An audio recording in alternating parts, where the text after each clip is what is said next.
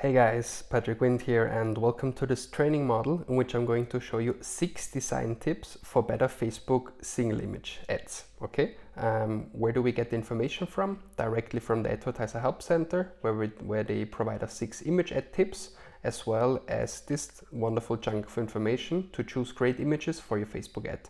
And both resources are of course also available in the download section of this video. Plus we really think that these 6 image tips are very valuable, and therefore we've provided you a summary that is also available in PDF in the download section of this video.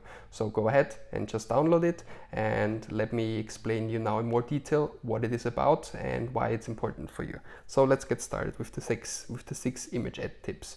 First, start with a goal. So by choosing an objective for your ads, we will be able to tailor the style and format around what you hope to achieve. For example, if your goal is brand awareness, like in the case below, it is recommendable to tell a story about the people behind your products, for example here, when it's about branding. However, in the majority of our cases, it's not about branding, but it's rather about conversion, right? So we want to sell things. We want to sell our products. So this second recommendation is more practical for us. Show people using your product. Here it's important to remember that Facebook ads often run in someone's news feed or Instagram feed, and therefore right next to posts from the family and friends.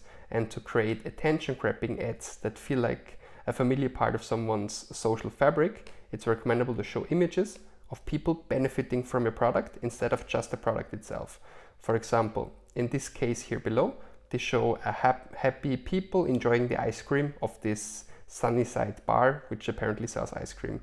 One expert recommendation from my side is that I would not 100% recommend this specific image, because in my point of view, the focus on the product is way too small. Okay, I recommend to always consider the entire image as 100% of the pixels, and your product should have at least your product should occupy at least 20% of the pixels within this image. So in this case, it's like 3 to 4% or something, but it's far away from being 20%. So what I would rather recommend is a shot of just this lady here. So just one lady smiling and the ice cream much bigger. Okay, so very important. What I would recommend here is put more focus on the product. Okay, then a wonderful recommendation: less text is more. Too much text is distracting, and especially, that's a bigger problem, can lead your ad being shown to fewer people, because if you have more than 20% text in there in the image, Facebook will punish that. Okay, and here it's super important to understand how it actually works. They basically put in front of the image, they put a grid like this. Okay, they put it into 1, 2, 3, 4, 5 per 1, 2, 3, 4, 5. They put it into 5 per 5, so 25 grids.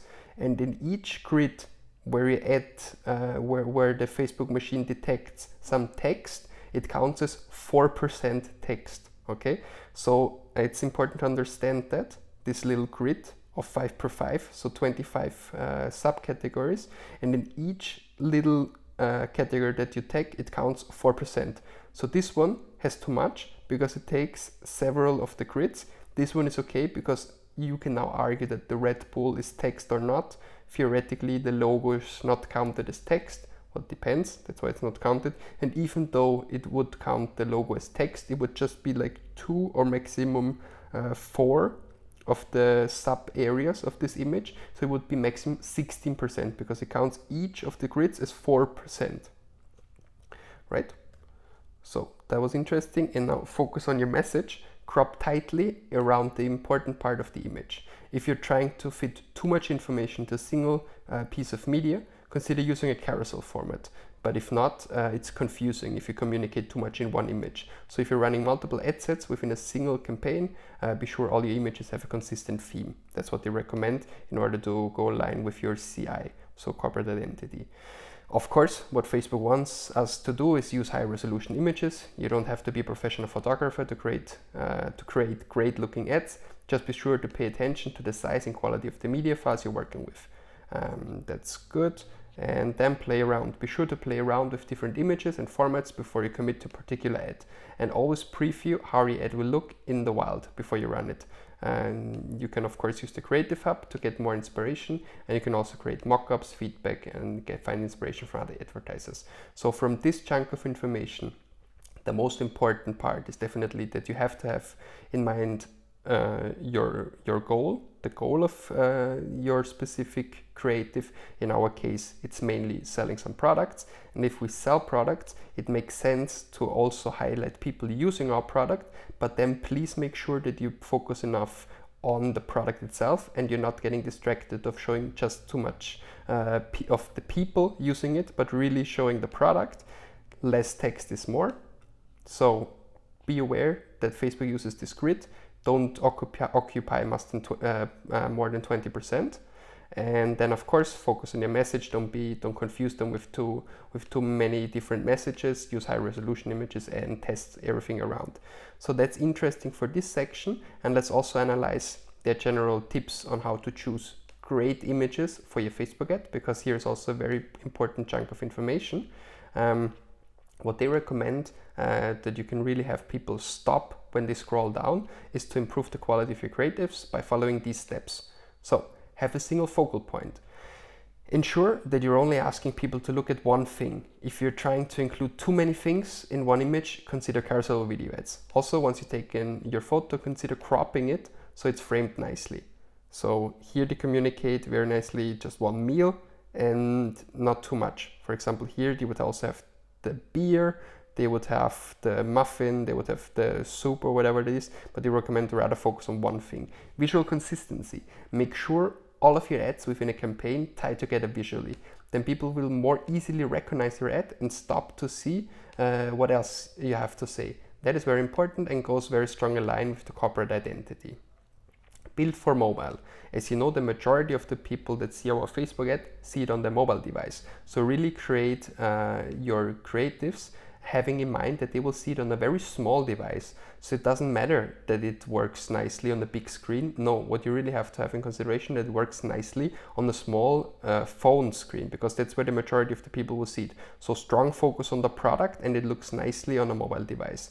Design your ad assuming it will view it on a mobile phone. Exactly. Use an eye-catching image. Choose an interesting subject and shoot for quality. Go for high resolution, crisp images, paying attention to angle and lighting, especially lighting. When you take your pictures, it's very important that you have those lightning bubbles and that it really has enough light. Don't be afraid to use smartphone with apps and filters for great images. That is very important. Many of you are probably afraid that they now, after knowing that it's important to use high quality, that they have to hire a professional video recorder. No, that's not important. You can really do it with your iPhone or with your Android device, but just pay attention that you do it in the highest resolution that's possible and use all the potential apps to crop it, to crop the videos, edit the videos, and also apply filters to get really great images. And connect with them while they look. So the people that look at your ads. So once you have their attention, reward them for stopping. This is your chance to communicate your key message and inspire in a way that will make them glad that they stopped, as well as remembering what you said. So for example, in this case, they're targeting moms. Okay, secrets out, my closet is full of Goldie Mac printed outfits. Hide the spills, spits, and dirt in style. Okay, so they're gonna, I assume that moms in the US are gonna think that's funny. So that's one thing. And the last thing to stop this, to sum this video also up, is makes sense to integrate your brand. So we've learned that branding is really important to connect with people. So in this case, they recommend to also provide the brand in the image. So for example, here in the background, that's what many of my clients actually do. They include their logo in the creative already. This is a very good idea, and inspire them to act. That's a good thing to close the session up. So once you've caught their attention, it's your chance to close the deal. Tell them what's in it for them and what the benefit is, so they take the desired action. Use your copy or call to action button to motivate them to act. leverage the ads unit full creativity canvas to get them to engage. So basically in this case, the call to action would be shop now, or learn more, or try it now, and they click on the ad, and then they already come to this specific website. So guys, I really hope you enjoyed this interesting creative guide on single images, and please go ahead, download our PDF in the download section of the video. Also take a deeper look at those two resources on your own if you want to research it more, and apply it especially to your own campaigns. So guys, thank you very much for listening. Have a great day. Goodbye.